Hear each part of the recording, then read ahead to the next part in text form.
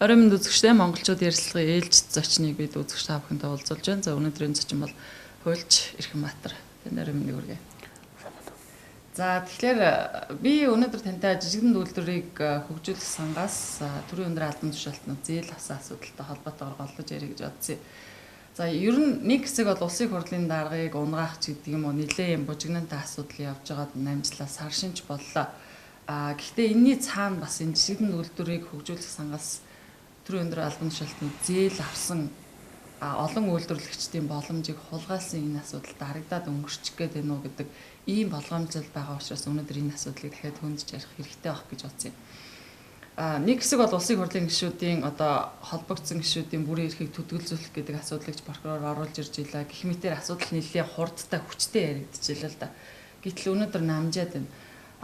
Та бүхний хэсэг хуульч залуусын хувьд захиргааны иргэн давж залтах шатны шүүхэд бол бас хандсан гэж хамгийн сүүлд мэдээлэл хийжсэн. Тэгэхээр энэ асуудал чинь энэ ажил ч одоо яг ямар шатанд явж байна? Та бүхэн энэ асуудалд одоо хэр анхаарал тавьж байна? Тэгэхээр нэлээд улс төр боллоо. Жижиг дунд үйлдвэрлэлийн сангийн алгасан зээлтэй холбогдлолтой зарим нь улс төрийн оноо авах, зарим нь улс төрийн өрсөлдөгч харлуулах зорилготой яваад байгаа шүү. Гэхдээ энэ бүхэн юу нь яг эцсийн дүндээ хинт хэрэгтэй гэхээр ард иргэдэд жижиг дунд үйлдвэрлэгчд ямар нэгэн байдлаар эерэг үр дүн гаргаад эерэг үр дүн бол тэдэнд очиж байгаа ямар нэгэн үр дүн бол байхгүй. Тэгэхээр одоо бид улс төрчид дууслаа, зарим нэг албан тушаалтнууд ингээд ажил төрлөө хөглөө авлаа. Энийний дараа нэг жижиг дунд үйлдвэрлэгч нөгөө сангаасаа зээл авсан уу гэвэл авах болчихдог байхгүй. Тэгэхээр энэ бодит үр дүн чухалхоос тэр нэгэн улс төрч хөвгөө юу гэдэг бол нэг тийм дараагийн шатны асуудал баг. Тэгэхээр бодит үр дүнг бид нэр яаж бий болгож болох вэ гэж судлаа л да. Тэгэхээр бодит үр дүн гэдэг энэ жижиг дунд үйлдвэрлэлийн тохиолдолд нөгөө жижиг дунд үйлдвэрлэлийн төсөл нь тэнцсэн зээлээ хүлээж сайжрах нэгжийг зээл олголтыг нь зогсоосон тушаал гаргаж агаад шинээр зээл авах болцоог олгоод тэр 134 аж ахуйн нэгж зээл өгсөн байгаа шүү дээ. Тэгэхээр энэ боломжоо алдсан иргэдэд яаж тэр зээлийн хөргөх вэ гэж бодсон юм тийм. Тэгэхээр яг хуульд бол захиргааны ерөнхий хуульд бол захиргааны шүүхэд одоо төрийн бас байгууллага нийт эрх ашигын төлөө нэхэмжил гаргаа явах болцоо нь 2015 онд нэгдсэн. Тэгэхээр нийтийн өмчийн ашиглалтай холбогдлолтой асуудлаар нэхэмжил гаргах болцоо нэгдсэн. Энэ хуулийн боломжийг ашиглая гэж төрийн бас байгууллагаараа бид хуульчид нэгдээд нэхэмжил гаргасан. За нэхэмжлэлээр хоёр нэхэмжил гаргасан байгаа. Нэг нэхэмжил анхан шатны шүүхэд одоо хүнсүдэч хөнгөн үйлдвэрийн сайдын 3 тушаалыг хүчингүй болгоё. Давзаалагчны шүүхэд тэр зээл олголтын журам болоод түнд орсон нэмэлт өөрчлөлтөд хүчингүй болгох гэсэн хоёр нэхэмжил гаргацсан ба хоёулаа захиргааны нэрийг үүсгэсэн ажиллагаа хийгдэж явж байгаа. За бид юу хүлээж байгаа юм бэ гэж. Нэг эхний тэр анхан шатны шүүхт нэхэмжил гаргасан кейсээс бид ямар үр дүн үлээж юм гэхээр жижиг дунд үйлдвэрлэлээс зээл авсан бол зүгээр зээл байсан гэдэг. Зарим нэг улс төр тайлбарлалт тийм үү. Зарим нэг бол энэ бол одоо хэвийн л үзэгдэл шүү дээ гэдэг ингээд. Бид бол хууль зөрчсөн гэдэг тийм. Тэгэхээр ингээд хууль зөрчсөн үгүй юу гэдэг энэ төөрөгдлийг хаглах нэг боломж нь шүүхэл ахгүй юу? Шүүх энэ хууль бус тушаалан мөн үгүй шүү гэдгийг хуулийн дагуу дэнсэлж хагаад тогтооцсны дараа тэр хүмүүс ч одоо энэ хуульд ёсны юм байсан гэж хэлж чадахгүй байдалд орох хэрэгтэй байхгүй. Тэгэхээр 134 аж ахуйн нэгжид олгосон зээлийн олгосон ганцхан тушаал А88 гэдэг. Энэ А88 гэдэг тушаалын 120 орчим нь одоо хин нэгэн төрийн өндөр дээд албан тушаалтантай холбоотой гэдгийг улсын ерөнхий прокурор мэдэгдсэн байна тийм үү. Тэгвэл энэ компанитай холбоотой энэ хэсгийг хүчин төгөлдөр бусад тооцоолъё гэдэг тооцоолох нэг зорилготой. Хоёрдугаарт нэгэнд энэ тушаал хүчин төгөлдөр бос олчвол нөгөө нийтийн албанд нийтийн болон хувийн аж сонирхлоос зөрчлөөс урьдчилан сэргийлэх тухай хууль байгаа шүү дээ. Энэ хуулиар энэ хууль бус захиргааны актаас үүдэлтэй гарсан бүх шийдвэрүүд нь хууль бус болох ёстой. Үүн дотор юу орох вэ гэхээр нөгөө зээлийн гэрээч орж байгаа. Хэсэг албан тушаалтанд л одоо зээлээ төллөө гэд мэдэгдэл хийснээс бусд одоо компаниуд нь зээлээ өнөөдөр хүртэл ашигласаар яваа тийм үү. Тэгэхээр энэ зээлийн гэрээг хууль бус гэдгийг тогтоочвол зээлийн гэрээний хугацаанаас өмнө буюу 5 жилээс өмнө буцаад төлөхийг шаардах боломж нь санд өөрөө бий болж байгаа. Буцаад төлөвлөнө гэдэг чинь зээл их үүсвэртэй болчихно. Нөгөө бусад зээлээ санхүүжүүлэх боломжтой болчихно. Ингээд тэгснээр тэнд ажлын байр бий болох боломж бодит үр дүн тэнд үүсэх болов гэж харж ирсэн. За 3 дугаар үр дүн бид нар юу хэлээсэн бэлээ шинээр нотлохонд олж авах болов гэж бодсон. Зөвхөн одоо ингээд захиргааны нэрийг үүсгэж явж явах явцад 188 гэдэг ганц тушаалыг тойрол бид мэдгэцлээ шүү дээ тийм. Гэтэл 4 5 тушаал гарч ирж байна. Зээл олгосон, зээл олохоос татгалцсан. Хэдэн жилийн дотор? Энэ бол 17 оноос 18 оны 5 сар хүртэлх хугацаанд л ахгүй нэг 6-7 сар хугацаанд. За би нэг тушаалыг дурдж хэлье. А24 гэдэг тушаал байна. А24 гэдэг тушаалаар хоёр асуудал шийдсэн юу гэсэн бэ гэхээр төсөвт зээл олох мөнгө байхгүй байна. Тэм учраас хавсал нэг заас аж ахуй нэгж зээл өгөхгүй гэдэг 21 аж ахуй нэгж чигсааж байгаа өгөхөөр татгалцсан байна тийм үү сайдын тушаал. Хоёрдугаар хавсалтанд нь одоо хэрэгжиж байгаа зарим нэг зээлүүд нь олгоод төсөл нь хэрэгжиж исэн компаниудын үлдэгдэл төлбөрийг нь олохгүйгээр тогтоод зээлийн гэрээг нь анх олгосны нэмэлт өөрчлөлт оруулаад янзлагдсан юм. Хоёр тушаал гарсан байгаа байхгүй. Энэ А24 гэдэг тушаалын хавсгалт нь энэ бас 30 аж ахуй нэгж. Ингээд нэг 50 аж ахуй нэгж юм тийм үү? А гэтэл их сонирхолтой нь зээл олохгүй гэдэг тушаал чинь 2018 оны 2 сарын тушаал. Энэ дотор манай дарга нарын компани байна. Олохгүй гэж шийдсэн тийм. Нэг талаар сайн биш зээл өгөхгүй гэж.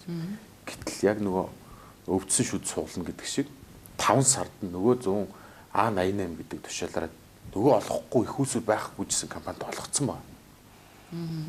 Олголт хийхдээ 21 компаниас 2 3 улсын хурлын гишүүдийн компаниг өгөхгүй хүчээд 4 сарын дараа ямар нэгэн байдлаар их усүр шийдээд олох шийдвэр олгоцсон байгаа байхгүй. Энэ шинээр нөхцөл байдал илэрч. За манай үйлдвэр худалдааны дөнгөө үйлдвэр яамны сайд өөрхөн компаниас олгоцсон байдаг шүү дээ тийм үү. Би одоо нэрийг бас хэлээд яах вэ. Тэр компанида тэр А24 гэдэг тушаалаараа зээл олголтыг нь зогсоож ирсэн юм билээ. Тэгтээ А88-аар дахиад өгсөн. Ингээ яагаад ямар шалгуураар тийм үү заримыг нь үгүйгээд заримд нь тэгээ дахиад их усүр нь бий болоод байгаа юм бэ ингээ харахаар тэр одоо төслийн өгөөж ч юм уу те төсөл нь үр ашиг нь хараад хэрэгжих боломжтойг нь хараад сонгох хийсэн биш зүгээр л улсын хурлын гишүүдийн компани сугалж агаад дахиад зээл өгсөн байна гэдэг шууд дүгнэлт их болцоод толжж байгаа байхгүй. Тэгээ энэ бас нэг ач холбогдолны нөхөр ийм шинэ нотлоход гарч ирэх боломж байна. Тэр А24 гэдэг тушаалын ард хавсалтанд 50 компани байна. Та бүхэн бас судалж үзээрэй. Тэр 50 компани дотор шинээр одоо нэр хэлэрч байна. Өмнө нь яригдааг улсын хурлын гишүүдийн энэ тэнд даргын албасж байгаа хүмүүсийн болоод түүний хамааралтай этгээдийн эзэмшдэг компани зээл авсан болох нь харагдаж байна. Гэтэл А15, А25 гэх мэт дахиад 3 4 тушаал байна. Энэ тушаалыг нь бид нар олж аваад ард нь хавсаргасан зээл олгож шийдэж исэн компаниудын ингээд олж мэдчихэд олон нийтэд ил болох зорилготой байгаа. Тэгээ олон нийт л өөрсдөө бас тэндээс дүгнэлт хийх хэрэгтэй. Тухайлбал улсын хурлын хичнээн гишүүн байна тэнд. Тийм тоог хэлэх боломжоор нэг шинээр бидний мэдж байгаас өөр. Бидний мэдж байгаас өөр 4 гишүүн байна. Дахиад улсын хурлын. Тэгэхээр энэ нэрийг бас хэлээд байгаа. Би тэр хүмүүсийн эсрэг яваагүй шүү дээ. Би зүгээр энэ тушаалыг хүчин төгөлдөр босуулгая гэсэн зорилготой явж байгаа. За энэ шүүхийн процесс тийм үр дүн бол ингэж гарахаар харагдаж байгаа. За энэ шүүхийн процесс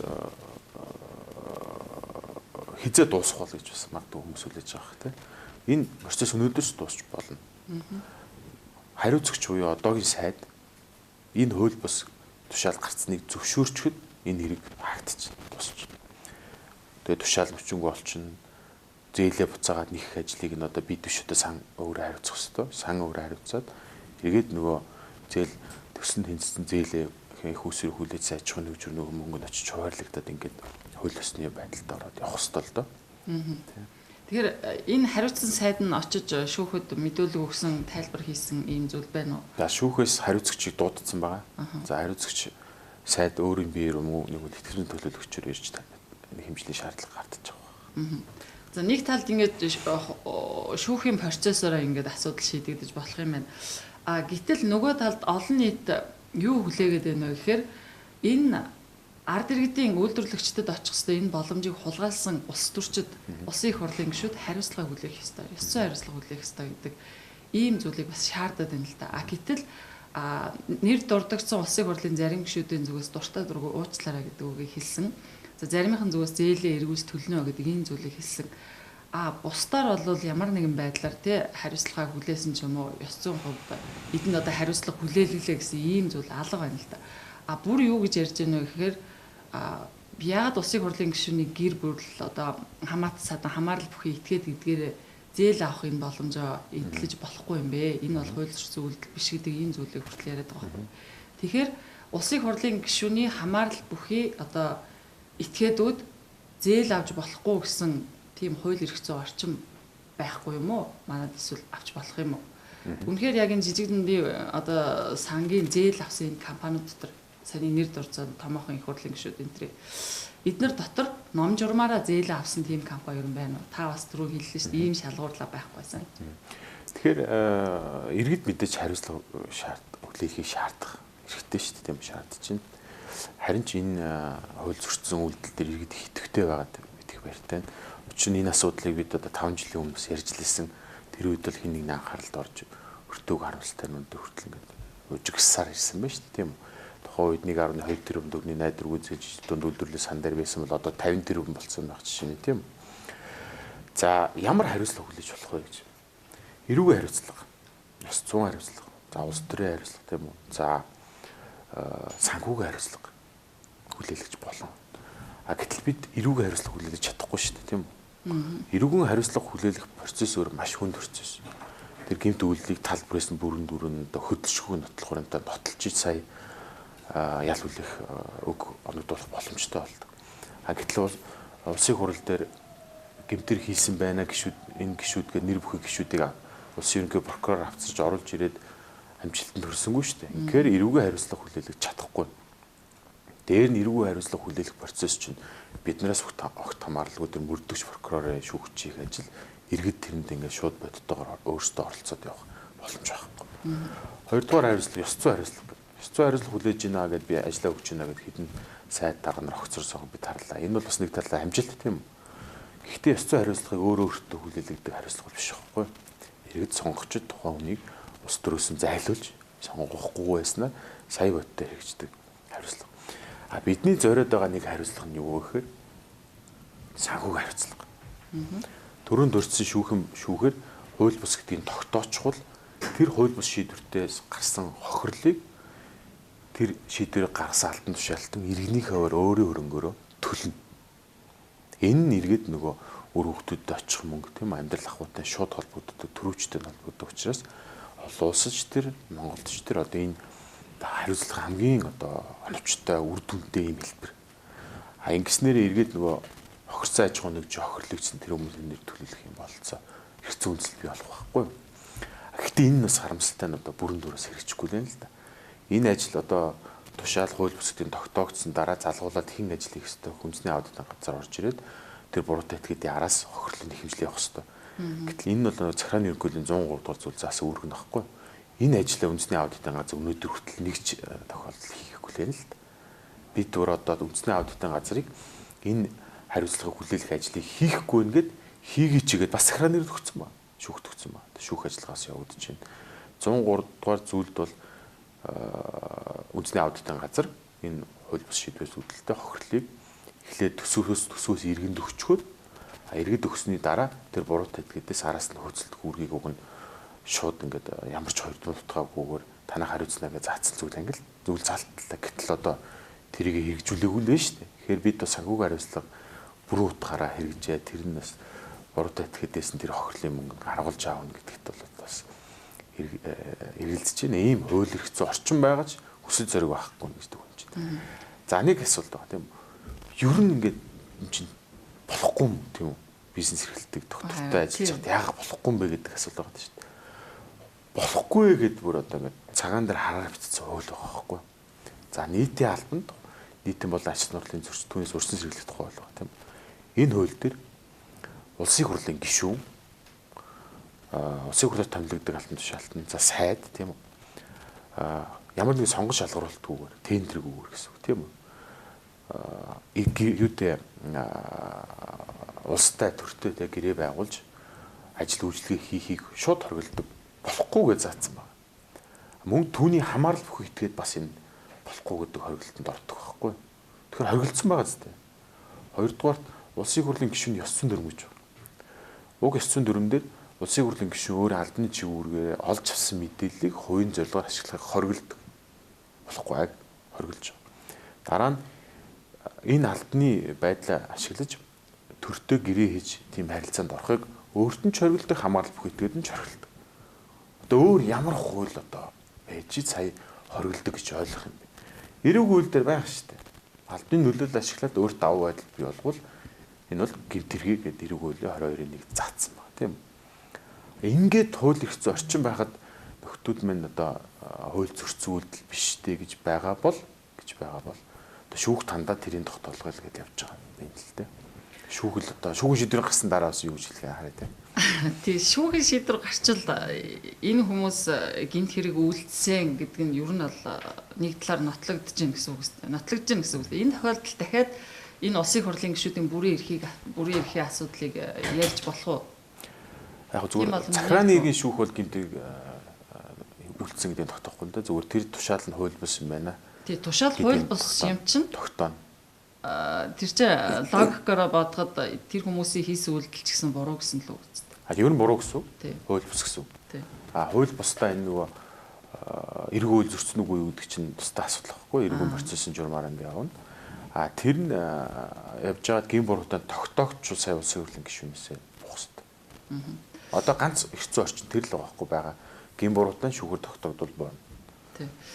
Ганцхан жидүүч биш те одоо саяда хэллээ шүү дээ. Хэрвээ төрийн өндөр албан тушаалтан болсон л бол ерөөсөө болохгүй бизнес юу гэдгийг зээл авч яана тэр. Тэгтэл ганцхан жидүү биш шүү дээ. Концесс авдаг, тендер авдаг ийм одоо улсын хурлын гишүүдийн компаниуд зөндөл нь шүү дээ. Одоо өнөөдрийн байдлаар эд яригдж байгаа нэг материал бол хөгжлийн банкнаас авсан бондын асуудлууд байна. Энэ дээр бол бас л улсын хурлын том гишүүдийн компаниуд л зээл авсан байна шүү дээ. Иргэн төлөлт муу байна гэж өнөөдөр ярьж шүү дээ. Тэгэхээр энэ бүхэн чинь бас л болохгүй үстэй.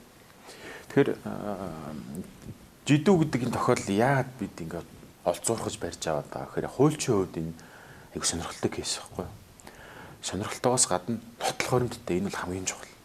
Зээл олох шийдвэр гаргалтаас эсвэл бүгд ингээ баримтаар ногтлогдсон. Ийм нотлох баримттай үйлдэгдэж ирсэн одоо кавичгийн дотор хэлэхэд тулгаа те өмнө гарч байгаагүй байхгүй. Энэ тохиолдол нөгөө бүр тасал болцсон байж байгаад бүр одоо ирээ цэрэ алдна гэдэг юм уу те. Тасал болцсон байж байгаа зүгээр ил үлдсэн нь бидэнд их гоё болцолчлоо. Тэгээ бид энийг бол одоо тавьчлахгүй энийг эцсийн хартал явах ёстой. Ингэснээр дараа чи улгаас урдсан зэрэглэн хөгжлийн банк ч юм уу, концесс ч гэдэг юм уу, тендер ч гэдэг юм уу энэ дунд хууль зөрчсөн үйлдэл байхыг үгүйсэхгүй. Гэхдээ тэр нь далд үлдэгдсэн байгаа байхгүй. Далд үлдэгдсэн юм тийм. Тэгэхээр бид тэрийг олж аавна гэхээр нөгөө мөрдөн шалгах чивүүр бүр ирэх байхгүй болохоор энэ бол одоо албатай тэмцэх газар алтан тушаалын харьяалал албатай тэмцэх газар хийх ажил. Тендер сонгон шалгаруулалтанд оролцоод тэр нь үнэхээр одоо шаардлага хангаад тэнцсэн аж ахуйн гэж байхыг үгүйсэхгүй. Түрүү миний ярьсан хоригдолт чинь тийм сонгон шалгаруулалтгүйгээр очиод албаны эрх мэдэл аваад харилцаанд орцсон бол болохгүй л гэсэн зөвцөл байна. Сонгон шалгаруулалтгүй болохгүй гэсэн. Жижиг дунд үйлдвэрлэлийн хандсан албан бичгүүд өргөдөл дээр юу гэж нэхлээр миний төсөл ингээд төслөл шаардлага хангаж ивэл зээл олох бололцоотой байдаг. Төслийн шаардлага хангаж ин гэдэг дүгнэлт хийгээл тэр 120 аж ахуйн нэгжид зээл олгоё гэдэг шийдвэр гаргацсан тийм үү. Гэтэл нэг юм сонирн баримт гарч иж байгаа. 200 300 очих ингээд төсөлтэй аж ахуйн нэгж байна. Зээл олгохоос татгалцсан. Зээл олгосон дотор 8 нүр цаастаа төсөлж явж байна. Нэг оюутан хийц юм шиг тийм үү. Гисэний төш шалгарсан байна шүү дээ. Тэгэхээр эндээс ингээд бид юу гэдэг үгжлэх вэ гэхээр шалгаруулалтын цаад нөгөө хүчин зүйл нь төслийн үр өгөөж биш вэ гэдгийг л харах тэрийг нотлох зорилготой байна тийм үү. Тэгэхээр их усүр байхгүйгээр татгалцсан 20 компаниас яагаад 4 компаниг дахиад 2-3 сарын дараа зээл өгсөн их усүртэй болсон тийм үү. Хэрвээ их усүртэй болсон бол тэр аж ахуйн нэгжидэл 21 рүү бүгдэнд нь өхвөл болох байсан шүү дээ тийм үү. Тэгээгүй гэдэг нь цаана нь албан тушаалын давуу байдал нь ашигласан хин нэг илүүд үзсэн төслийн өрөөгөөж биш тэр албаны эрх мэдэл төр байгаа нэг нам улс төрийн одоо бүлэглэл фракц гэдэг юм үү тэр үүрээ шалгуур болгож хандцсан л учир байгаа. Тэгээ энэ их гоё ингээд бүр алхам тутамдаа нотлогдсон баримттай зүйл болохоор их сонирхолтой байдаг л та. Тэгэхээр түрүүн та хэлсэн шүү дээ. Аудитын газар жишээлбэл те ийм юм зүйл байгаад байгаа чинь шалахгүй байна, хөдлөхгүй байна гэж. Тэгэхээр хөдлөхгүй байгаагийн бас нэг шалтгаан нь таны саяны яг хэлдэг дүгнэлттэй чи яг дүүгээд л байна л та тий. Угаасаа л улс төрийн нам одоо бүлэглэл бодлогоор юу гэдгийг шагнал олгоод ч юм уу гişүүдтэй өгчихсөн. За ийм зүйл байсан учраас одоо тэр улс төрийн намын одоо юу гэдэг намаас сонгогдсон албан тушаалтнууд ажиллаж байгаа аудитын газар нь хүртэл хөдлөхгүй л байна л та. Тэгэхээр энэ бас дэндүү хүчтэй байна шүү дээ. Нэг тал дээр баг төр өөрөө санамсартайгаар л улс төрчдөө шагнажлаа шүү дээ. Тэгэхээр бид юу н энэний ард гарч чадах юм уу гэдэг бас нэг тийм одоо юу гэдэг болгоомжлол үүсээд л байна л та. Тэгэхээр төрийн байгууллага бидэнд юу н яг ямар өөрчлөлт үзүүлдэг юм бэ гэдгийг одоо илтгэх хэдэн тоо баримт байна тийм үү. Захиргааны нэрийн шүүхтэр нэг 2800 хэрэг маргаан хянагддаг жилдээ. Үүний 60% нь дарган гаргасан шийдвэр хууль бус байна гэдгийг тогтоогддог. 60% энэ их өндөр тоо. Тогтоогдоод иргэд аж ахуй нэгжид эрхийг хамгаалах шийдвэр гаргадаг захиргааны нэрийн шүүх. Хоёрдугаар тоо нь 2014-өөс 17 оны хооронд захиргааны байгууллага албан тушаалтны хууль бус үйлдэлийн улмаас 35 тэрбум төгрөгийн хохирлыг иргэд аж ахуй нэгжид учруулсан гэдэг шүүх тогтоогоод төсөөс өгсөн мөнгө. Тэгэхээр жил болгоо ойролцоогоор 7.2 тэрбум төгрөгийн хохирлыг бидэнд учруулдаг ийм л үйлчлэгийг бид авч ийн л да татвар төлсөн мөнгөөрөө тийм үү. Тэгээ энийг сайжруулах болох уу гэд бодохгүй юу? Энийг сайжруулах болох боломж нь юу гэхээр санхүүгийн хариуцлага гэдэг. Буюу захиргааны хуулийн 103. Энэ 103 заасан санхүүгийн хариуцлагыг хэрэгжүүлээч, энийг хүлээлгээч гэд бид 2 жил явж байгаа. Шүүх тандаад 2 жил болж үндэсний аудитын газар шүүх төгсөө ба. Чи өөргөөд энэ байгууллага хариуцах ёстой. Гэтэл үндэсний аудитын газраас ямар тайлбар ирж ийн гэж албан ёсоор шүүхт гаргаж өгч тайлбар дээр хууль эрх зүйн орчин тодорхойг байна. Иргэний хуулиараа тэр байгууллага бид нар биш тэр өөрсдөө тэр хохирлоо төлөвлөх ёстой байна. Одоо эрх зүйн орчин болсонгуулах ёстой байна. Ингээл бол. Үндэсний аудитын газрыг ингээд бүтэц зохион байгуулалт нь харахаар энэ хуулийг хэрэгжүүлэх бүтцийг тэнд үүсгэж өгөөгүй. Оронтойг нь баталж өгөөгүй байна, төсвийг өгөөгүй байна. Нэгэнд тийм бүтэц оронтой батлагдаагүй төсөнд байхгүй бол үндэсний аудитын газар ажил хийхгүй шүү дээ. Тэгэхээр энэ санхүүгийн хариуцлага гэдгээс дарга нар л хөтлөө айж байгаа байхгүй. Тэгээ 35 тэрбум төгрөгийг тэр шийдвэр гаргасан дарга нараас өөрсдийн өрнгөөр нь төлөвлөх болцоо нэгдэжүүл дураараа ажиллах боломжгүй болох гэдэг тийм үү. Үүний цаана бас нэг үнэт зүйл явдаг нь юу гэхээр төрийн албаны доктортой адилж яг энэ ард яригдаж байгаа. 2016 оны сонгуулийн үр дүнгээр нэг яамны бүтцээс 200 ажлаас салсан байна. Хууль бусаар. Тэрний 60% нь одоо статистикийг харуул одоо буцаад ажил томилох буюу одоо хууль бус гэдгийг тогтоох боломжтой байгаа байхгүй. Энэ 60%-ийн цалин гэдэг чинь жилд сартаа нэг 100 гаруй сая төгрөг байхгүй. Энэ 201 ажлаас салсан тушаал дээр 3 хүн гараас төрсөн байдаг. Тэр 3 хүнээс тэр 300 400 сая төгрөгийг төлөвлөдөг болчихвол тэгж дураараа 200 300 ажлаас салахгүй байхгүй тийм. Би 200-ны хууль бусаар халчаад 200 одоо намынхаа хамтрагчдад сонгуульд ажиллаж исэн хүмүүсийн ажилд авчгаад би намын өмнө бусад улс төрчдийнхээ өмнө би бол гавьяа олчиж байгаа шүү дээ тийм үү. Гэтэл энэ бололцоог хаах хууль нэгцэн орчин бий болгонгод тэрийг нь хэрэгжүүлэхгүй гэдэг бол энэ өөрсдийн хүмүүсээ л ажилд авах ийм л зорилготой. Тэр 200-ыг ажлаас халаад тэр 200-ны цаана гар гэрийг цалингаас нь хагацуулчаад би яах ч байгаа байхгүй. Харин ч тушаал биш яваад байгаа байхгүй. Тийм байдалтай явж ирж байна өнөөдөр тийм. Энийг болооч. Ингэж болохгүй шүү дээ гэд бид шүүх тандаад одоо 2 жилийн нэргүүцэж байна. Энэ хооронд үнэхээр энийг хэрэгцээ орчныг сайжруулъя. Энийг одоо тасан зогсоох ёстой юм байна. Санхүү хариуцлагын үр дүн сайн байна гэж хэлж байгаа нэг ширхэгч улсын хурлын гишүүн байхгүй. Нэг ширхэгч дарга алга тийм. Бид судалгаа хийгээд 400 гаруй одоо төрийн албаны хуульчд болоод дотоод аудитын нэгжийн хариуцсан ажилтнанд сургалт орсон. Айлгатай тэмцэх газар дээр тэгэхэд тэр 400 гаруй ажилчид энэ ажлыг хийгээд хариуцаад хөөцөлтөд явсан нэг тохиол байхгүй. Монгол улс даяар 3 тохиолдол болсон. Дорн дотод гой валтай замын үдэд. Энэ 3 тохиолдол нь нөгөө үнэлгээгээр ажлаас халтсны цалингийн төрөөс олгоцсны дараа нөгөө тэр шийдвэрийг гаргасан хүний араас шүүхт өгсөн юм байна. Гэтэ энэ нь тэр нэг нийтийн мөнгийг буцааж төлөвлөх зорилготой биш зүгээр өмнөх цэцэг даргаалж чадах зорилготой л шүүхтгсэн байгаа байхгүй. Тэгэхээр тийм нийтийн мөнгө ямар үн цэнтэй байгааг өнөөдөр бид харчих тийм үү. 35 тэрбум төгрөгийн одоо хохирлыг иргэд аж ахуйн нэгжид учруулчлаа нэг. Дараа нь тэрийг нь төсөөс өчлөө 2 дахин хохирол очиж юм. Тэрийг буцаад төлөвлөхгүй бол ингээ 3 дахин хохирол очиж байгаа байхгүй. Тэгэхээр энэ одоо хүртэл яг ийм байдалтай л байгаа. Тэгэхээр бид нар өнөөдөр яагаад ийм болчихоо? Уул нь энэ Монгол улс гэдэг чинь 3 сая 300 мянган монголчуудын улс шүү дээ. Тэгтэл Монгол улс гэдэг чинь өнөөдөр улс төрийн нэг 2 том намын улс шиг л болчихлоо шүү дээ. Тийм үстэй 3 хүн гар үсгэрээ 200 хүнийг ажлаас салж идэг. Тэгэл халагдсан хүмүүс нь ч хүлцэнгүү те даргааж чадахын тулд 3хан нь заргаа авч идэг те. Тэгэд ийм байдал байгаад байгаа мөртлөө бид нар ингээл төсвөрлөөл хүлцээл суугаад гэдэг. Яагаад бид нар өнөөдөр ийм байдалд орсон юм болоо? Шалтгаан нь юу юм бэ? Яаж гарах юм? Үгүй яг би хувьдаа л өөрийгөө бас нэг хүлцэл суусан гэж бодохгүй. Аа. Тийм 5 жилийн өмнө манайх жижиг дунд үйлдвэрлэлтэй гэрээ агуулад энэ зээлийн эрсдэл дээр бидний судалгаа хийгээд найдварыг авалгын төлөвлөх ажлыг хариуцчихсан. Тэр үед яг энийг хэлсэн. Болохоор чинь устгах чинь шүү, эрсдэлтэй биш шүү. Хууль зугацаа дуустдаг юм эрсдэлтэй юм биш шүү, тийм үү?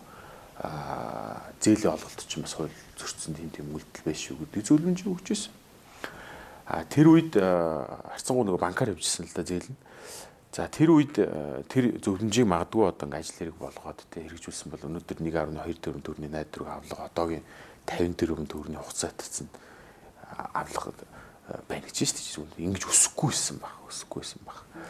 За захиргааны хууль эмхээ хуулийн 103 дугаар зүйл заасан тэр санхүүгийн хариуцлагыг хэрэгжүүлээч гэдэг одоо бид 2 жил ингээд бидэнд одоо магадгүй шууд хамаарлагын асуудлаар өөртөө зардал мөнгө гаргаж шүүхтэд үндэсний аудитын газарт зурлалаа л энэ. Энэ их чухал юм шүү гэдгийг айлуулах хэлж ойлгуулах гал хэвлэл мэдээллийн байгууллага олон нийтэд хандаа явж байна. Айлгата тэмцэх газартай бид хамтраа 400 гаруй хуульчдод төрийн албаны хуульчдод энэ хуулийг хэрэгжүүлэх талаар ур чадвар эзэмшүүлэх мэдлэг олох юм сургалт хийлээ. За жижиг дунд үйлдвэрлэлтэй холбогдлолтой асуудлаар бид бас шүүхт өгсөн явж тийм. Яагаад бид ингэ шүүхт өгөөд юм гэхэл хууль заасан арга хэрэгсэл байвал ингээ тэрийг ашиглаад айлуулах ажиллаа л юм байна одоо. Хууль бус үйлдэлийг талсан зогсоох, хөндөгцөн эрх ашигыг сэргээх тийм үү. Бид захиргааны ерөнхий хуулийн нэмэлт өөрчлөлт оруулах байгаа төслийг бас эсэргүүцэж стратеги өмгөөл явуулж байгаа. Хэрвээ энэ нэмэлт өөрчлөлт орчуулж жижиг дунд үйлдвэрлэлтэй санг одоо бид шүүхт өгсөн байгаа энэ хэрэгсэхгүй бол захиргааны шүүхийн 60% маргаа нь одоо шууд хэрэгсэхгүй болно. Иргэд аж ахуйн нэгж төрийн байгууллага албан тушаалтны хууль бус үйлдэлийн улмаас эрхээ хамгаалаад захиргааны иргэн шүүхт ханддаг бол хандгаа болчихно. Гэтэл төр нь өөрөө яг ямар ажлыг гэдэг нь гэхэлэр шүүхт хандах эрхийг одоо захиргааны хууль нэмэлт өөрчлөлт оруулаад булаач авах чинь. Харин эсрэгээрээ дэмжих биш тийм үү? Дээр нь ингээд шүүмжлээд яваад байгаа хуульчдыг өөртөө хяналтанд оруулахын тулд хуульчдын тусгай зөвшөөрлийг хуульчдын холбоо мэрэгчлэлд өөрсдөндөө олгодог гэсэн бол хууль зүйн яам өөрт авах чинь. Ийм үе санаацалцсан. Энэ төсөл бэлэн болсон. Тэгэхээр нөгөө улсын хурлын гишүүдийн төр барьж байгаа эрх баригчдын хийж байгаа үйлдэл дандаа нөгөө энэ хэсэг хийдэг байхгүй. 103 дугаар зүйлийг хэрэгжүүлэхгүй. Тэгсээр нь хэрэгжүүлээч гэдэг яваад байгаа шүүхийн кейсийг хүчингү болгох хууль санаацалцсан явж.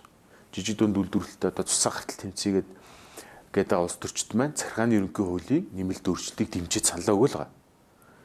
Ингээд саналаа өгөөд энэ хууль батлагдчихвал уучлаарай тэр захиргааны иргэн шүүх хэрэгсэхгүй болоод бид ямар ч үр дүнд хүрч чадахгүй болчихно. Нэгдүгээр, хоёрдугаар бидний тусгай зөвшөөрлийг хууль дотоод хэрэг яам өгдөг болчихвол бид дуу болчихно.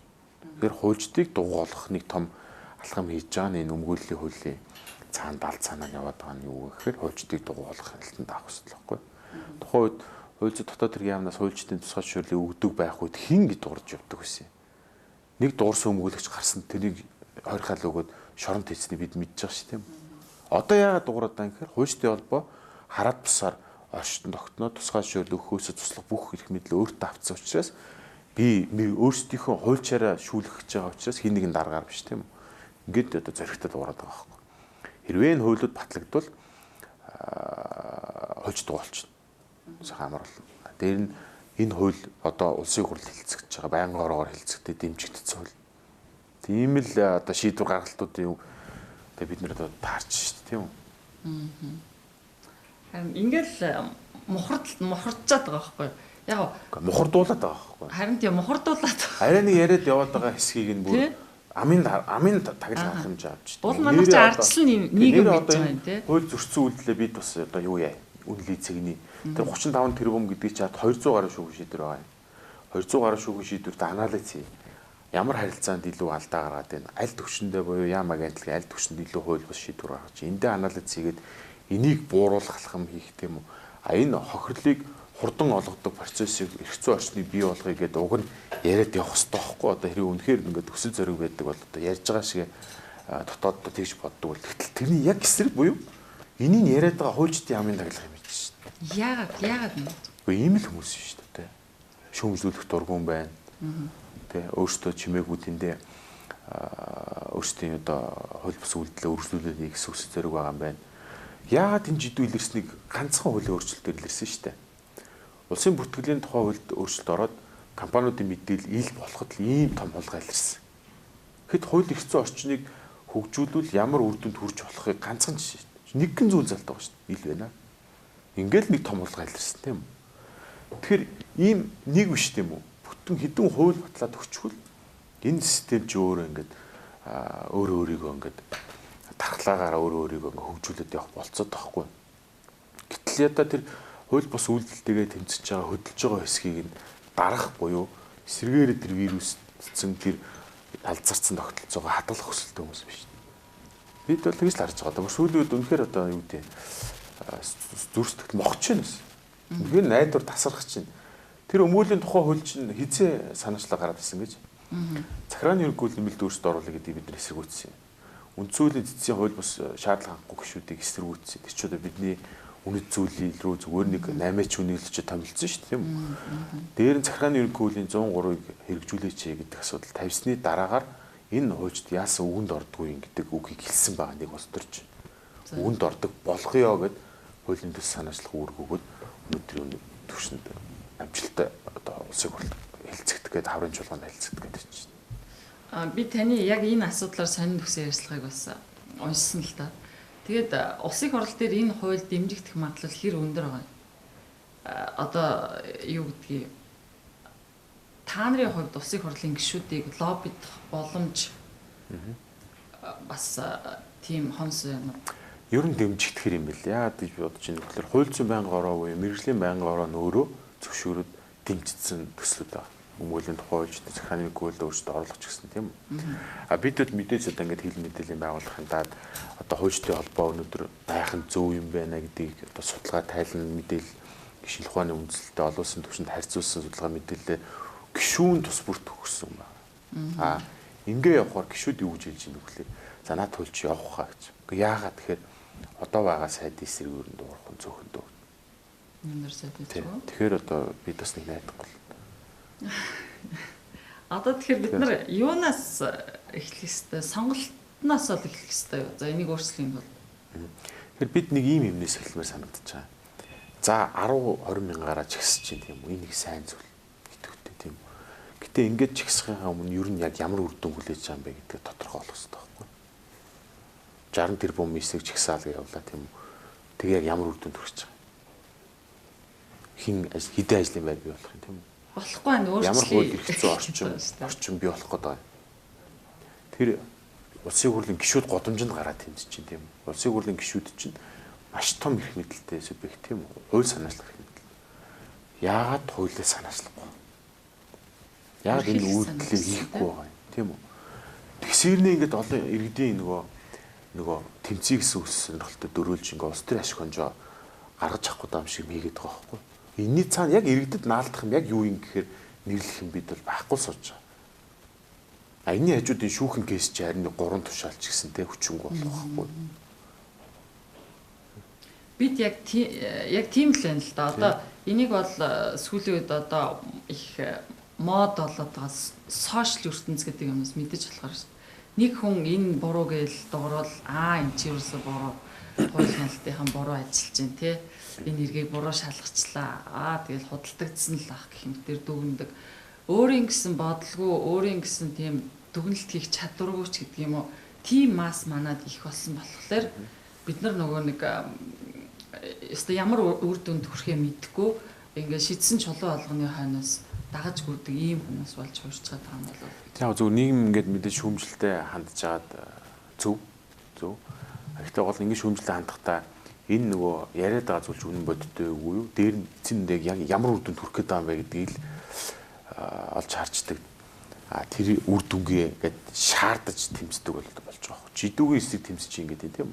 Тэр улсын хурлын гишүүдийг нэг буулгаал хөөгөө явуулах чинь нэг тийм одоо иргэдэд нэг тийм үр дүнтэй юм биш байхгүй. За тэр хүн үнэхээр хууль бус юм хийдэг гэдгийг мэдсэн байгаад сонголтол зөв хийчих болчихж байгаа. Гэтэл тэр нэг зээл авъя гэд зогсож исэн аж ахуйн нэгжүүд маань одоо гомдолтой үлдсэн. Тэр гомдлыг хэн одоо ярьж байгаа юм? Тэр боломжийг хэн өгөх юм? Тэр боломжийг хэн өгөх юм те? Тэр боломжийг яаж өгөх юм гэдгийг ярьж байгаа хүн байгаа юм одоо шүдэг үсэрч байгаа. Эн чинь ерөөсөө тэр боломжийг өгөхөд 3 тушаал хүчинг болохоор тэр боломжийг өгчихөр байгаа байхгүй. Эн чинь бол өнөөдөр тэр одоогийн сайдын засгийн газрын өнөөдөр ч хийж болохоор энгийн ажиллахгүй. Өдөр болгон тийм тушаал гаргаж байгаа шүү дээ тийм үү? Гэтэл тэрийг гаргах гэж хэн хэлж байгаа юм? Хэлэхгүй байгаа байхгүй. Тэгэхээр нэгэнд тийм юм хэлэхгүй бол тэр хүнийг бас дагаад шуурах юм бас үр дүнгэл байгаа байхгүй. Ер нь тэгээд одоо энэ 3 тушаалыг хүчингү болгож чадна гэдэгт та бүрэн итгэлтэй байна уу? Ер нь хууль зүйн үндэслэл байгаа. Хууль зөрчсөн гэдгийг нотолж байгаа баримтууд нь ч байгаа учраас хайцсангууд найдаж байгаа. Тэгтээ үндэслэл нотлогоо байлаа гэдээ бас шийдэгдэхгүй асуудал бас байна тий. Бид бас шууд ингээд 100% ингээд нөгөө юу малчмааргүй л итгэл юмжлээ. Ямар ч үсэн шүүхээр бид гин буруутайгаа хууль бус шийдвэр гаргасан гаргаагүй тогтоодог үндсөөлт.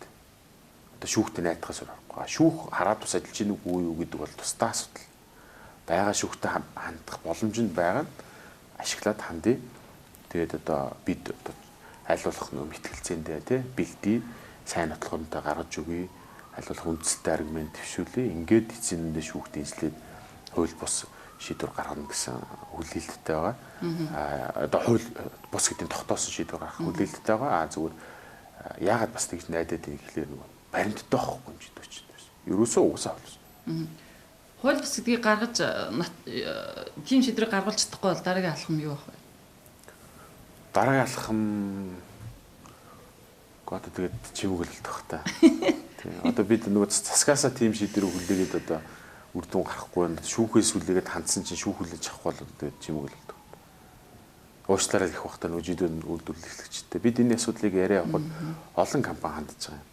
Бид ингээд 500 саяын зээл олгоно гэж шийдсэн байсан.